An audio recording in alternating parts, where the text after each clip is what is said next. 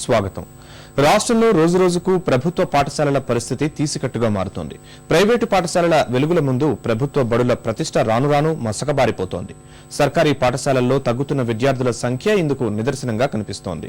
దేశవ్యాప్తంగా ప్రైవేటు పాఠశాలల్లో చదివే విద్యార్థుల సంఖ్య 28.3% ఉంటే మన రాష్ట్రంలో మాత్రం 36.5% ఉండడం ప్రైవేటు విద్యపై పెరుగుతున్న ఆసక్తిని తెలియజేస్తోంది.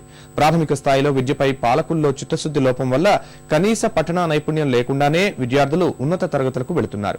ప్రాథమిక విద్య కోసం కోట్లాది రూపాయలు ఖర్చు చేస్తున్నామని కేంద్ర రాష్ట్ర ప్రభుత్వాలు చెబుతున్నా వాటి ఫలితాలు క్షేత్రస్థాయిలో కనిపించడం లేదని వార్షిక విద్యాస్థాయి నివేదిక అసర్ సర్వే తేల్చి చెప్పింది. ప్రభుత్వాల వైఖరి మారకుంటే ప్రమాద ఘంటికలు మోగే పరిస్థితి ఉందని హెచ్చరించింది. మరి ఇప్పటికైనా మన పాలకులు ప్రగల్భాలు మానుకుని విద్యాజ్యోతిని వెలిగిస్తారా?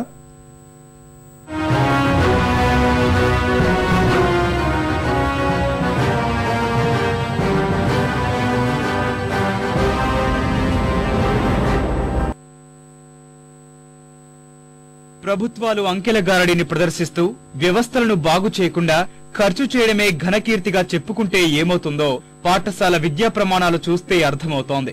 రాష్ట్రంలో పాఠశాలలో చదివే విద్యార్థుల సంఖ్య ఏటా ఏ విధంగా పెరుగుతుందో అదే స్థాయిలో నైపుణ్యం ఉన్న విద్యార్థుల సంఖ్య పెరగడం లేదన్న వార్షిక విద్యాస్థాయి నివేదిక అసర్ 2012 సర్వే ఈ వాస్తవాలను కళ్లకు కడుతోంది.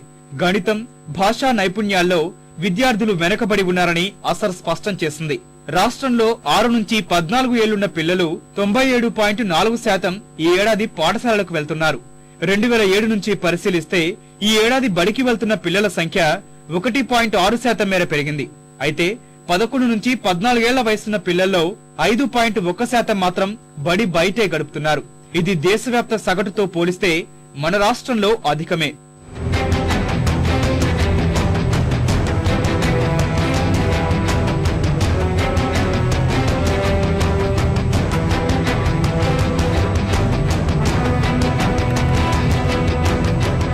ప్రాథమిక పాఠశాల విద్య పూర్తి చేసి ఉన్నత తరగతులకు విద్యార్థులు వెళ్తున్నప్పటికీ పఠనాశక్తి మాత్రం పెరగడం లేదని అసర్ తన నివేదికలో వెల్లడించింది.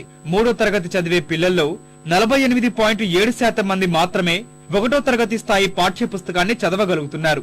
2వ తరగతి పాఠ్య పుస్తకాన్ని చదవగలిగే 5వ తరగతి పిల్లలు 59.4% మాత్రమే రాష్ట్రంలో ఉన్నారు. కనీస ప్రాథమిక పఠన నైపుణ్యాలు లేకుండానే 40% పిల్లలు 5వ తరగతి పూర్తి చేసుకుంటున్నారు.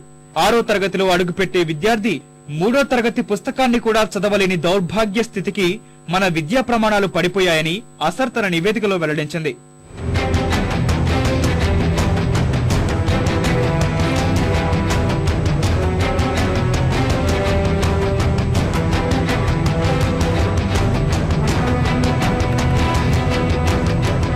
ప్రాథమిక విద్య పూర్తి చేసుకుంటున్న రాష్ట్ర విద్యార్థుల్లో ప్రభుత్వ, ప్రైవేటు పాఠశాలల చదువులకు తేడాలు కనిపిస్తున్నాయి. ప్రభుత్వ పాఠశాలలో 5వ తరగతిలో ఉండి 2వ తరగతి పాఠ్యాంశాన్ని చదవగలిగే పిల్లలు 60% మంది ఉంటే ప్రైవేటు పాఠశాలల్లో ఈ సంఖ్య 58.5% మాత్రమే ఉన్న భిన్న పరిస్థితి కనిపిస్తోంది. పిల్లలు నేర్చుకుంటున్న పద్ధతులను చూస్తే మన విద్య ఎంత డొల్లో అర్థమవుతోంది. 3వ తరగతి పిల్లలు 50% మాత్రమే 2 అంకెల తీసివేతను చేయగలుగుతున్నారు. 5వ తరగతి విద్యార్థుల్లో భాగాహారం లెక్కలు చేయగలిగే వారు 41% మాత్రమే ఉన్నారు. 59% పిల్లలు కనీసం గణితంలో ప్రాథమిక సూత్రాలు తెలియకుండానే ప్రాథమికోన్నత చదువులకు వెళ్లిపోతున్నారు. ఆంధ్ర రాష్ట్రానికి మనం చూసినట్లయితే పోయిన సంవత్సరానికి ఈ సంవత్సరానికి కూడా పిల్లలు చదవగలిగే స్థాయికి, పిల్లలు లెక్కలు చేయగలిగే స్థాయిలో పెద్ద మార్పు విశేషంగా చెప్పుకునేదంటూ మనం చెప్పడానికి లేదు. ఇప్పటికీ కూడా 5వ తరగతి పిల్లవాడు ఇంకా 40% మంది 3వ తరగతి పాఠ్యాంశాన్ని చదవలేని స్థితిలోనే ఉన్నారు.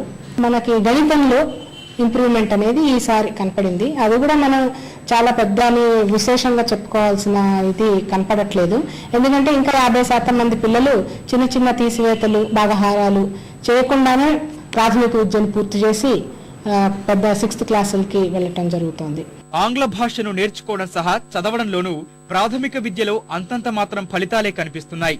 3వ తరగతి విద్యార్థుల్లో 61.4% మంది సరళమైన పదాలను మాత్రమే చదవగలిగే స్థితిలో ఉంటే 5వ తరగతి పిల్లల్లో 47.2% మంది మాత్రమే సులభ వాక్యాల్ని చదువుతున్నారు.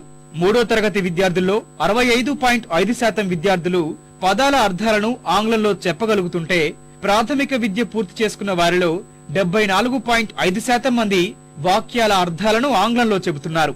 రాష్ట్రంలోని పాఠశాలల్లో గతేడాది కాలంలో సదుపాయాలు కొంత మెరుగైనా పరిస్థితి ఇంకా ఘోరంగానే ఉందని అసర్ సర్వేలో తేలింది. 2 ఏళ్లుగా ప్రైవేట్ ట్యూషన్ కి వెళ్లే ప్రభుత్వ, ప్రైవేటు పాఠశాల విద్యార్థుల సంఖ్య తగ్గిందనే భిన్నమైన అంశాలను నివేదిక వెల్లడించింది. 2011లో 5వ తరగతి చదివే 13% ప్రభుత్వ పాఠశాల విద్యార్థులు ట్యూషన్లకు వెళితే అది 2012 నాటికి 7.7% మాత్రమే ఉంది. ప్రైవేటు పాఠశాల విద్యార్థుల్లోనూ ఇదే సరళి కనిపిస్తోంది. రాష్ట్రంలోని అనేక పాఠశాలలో పలు సమస్యలు తిష్టవేశాయి. విద్యా హక్కు చట్టంలో ఓ పాఠశాలకు ఎలాంటి సౌకర్యాలు ఉండాలో స్పష్టంగా చెప్పారు. ఈ ప్రమాణాలను పాటిస్తున్న పాఠశాలలు చాలా తక్కువగా కనిపిస్తున్నాయి. విద్యా హక్కు చట్టం ప్రకారం ఒక తరగతిలో 30 మంది విద్యార్థులు, వారికి ఓ ఉపాధ్యాయుడు ఉండాలి. కానీ రాష్ట్రంలో 60% పాఠశాలల్లో ఈ పరిస్థితి కనిపించడం లేదు.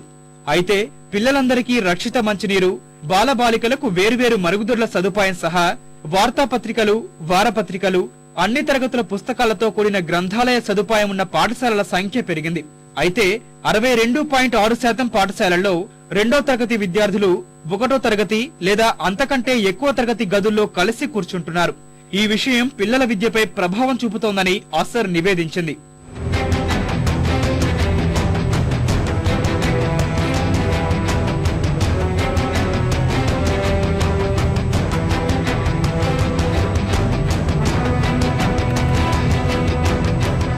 రాష్ట్రంలో ఉపాధ్యాయ ఉద్యోగాల భర్తీ సరిపడినంత లేకపోవడం, విధుల్లో ఉన్న వారికి అదనపు పనిభారం, నివేదికలంటూ ప్రభుత్వం జారీ చేసే ఆదేశాలతో ఇబ్బందులు వస్తున్నాయి. అసర్ సర్వేలో వాస్తవాలను అంగీకరిస్తున్న ఉపాధ్యాయ సంఘాల నాయకులు ఇందులో పూర్తిగా ఉపాధ్యాయుల తప్పు లేదంటున్నారు. 3 మాస్టర్లు, 4 మాస్టర్లు, 5 మాస్టర్లు ఉన్నటువంటి పాఠశాలల సంఖ్య కేవలం 100లకు పడిపోయింది. ఈ 2 మాస్టర్లు, సింగిల్ టీచర్ ఉన్నటువంటి పాఠశాలలు ఏమో 1000 సంఖ్యకు పెరిగిపోయినటువంటి పరిస్థితి. దీనికి తోడు ప్రభుత్వం వివిధ పద్ధతుల్లో బోధనా పద్ధతులు, శిక్షణ, రకరకాల రిపోర్టులు, నిరంతరం అడిగేటువంటి రిపోర్టులు కూడా ఆ 1 మాస్టర్ 2 మాస్టర్లకి టైం సరిపోవటం లేదు. ఇప్పుడు ప్రాథమిక స్థాయి విద్యార్థులకి ఒక పాఠం చెప్పేసో లేకుంటే చేసి వాళ్ళ పనిని వాళ్ళు ఏదో చేయమని చెప్పానంటే చెయ్యరు. అట్లాగా ఉపాధ్యాయుడు పర్యవేక్షణలోనే వాళ్ళు 5.5 గంటలు ఉండాల్సినటువంటి ఉంటే వాళ్ళకి ఏమైనా కొంత మినిమం స్టాండర్డ్స్ అయినా ఉండేటువంటి పరిస్థితి ఉంటుంది. అసర్ సర్వేలో భాగంగా రాష్ట్రంలో మొత్తం 649 పాఠశాలను పరిశీలించారు. ఇందులో 56.4% పాఠశాలల్లో మాత్రమే విద్యార్థి ఉపాధ్యాయుల నిష్పత్తి సంతృప్తికరంగా ఉంది. మొత్తం భారతీయ సగటు 42.8% కంటే రాష్ట్రం మెరుగైన స్థానంలో ఉంది. విద్యా హక్కు చట్టం నిబంధనకు అనుగుణంగా తరగతి ఉపాధ్యాయ నిష్పత్తిలో గణనీయమైన పెరుగుదల గతేడాది కనిపించింది. 2010లో 53.4% ఉన్న పాఠశాలల సంఖ్య 2012 నాటికి 61.1%కి పెరిగింది.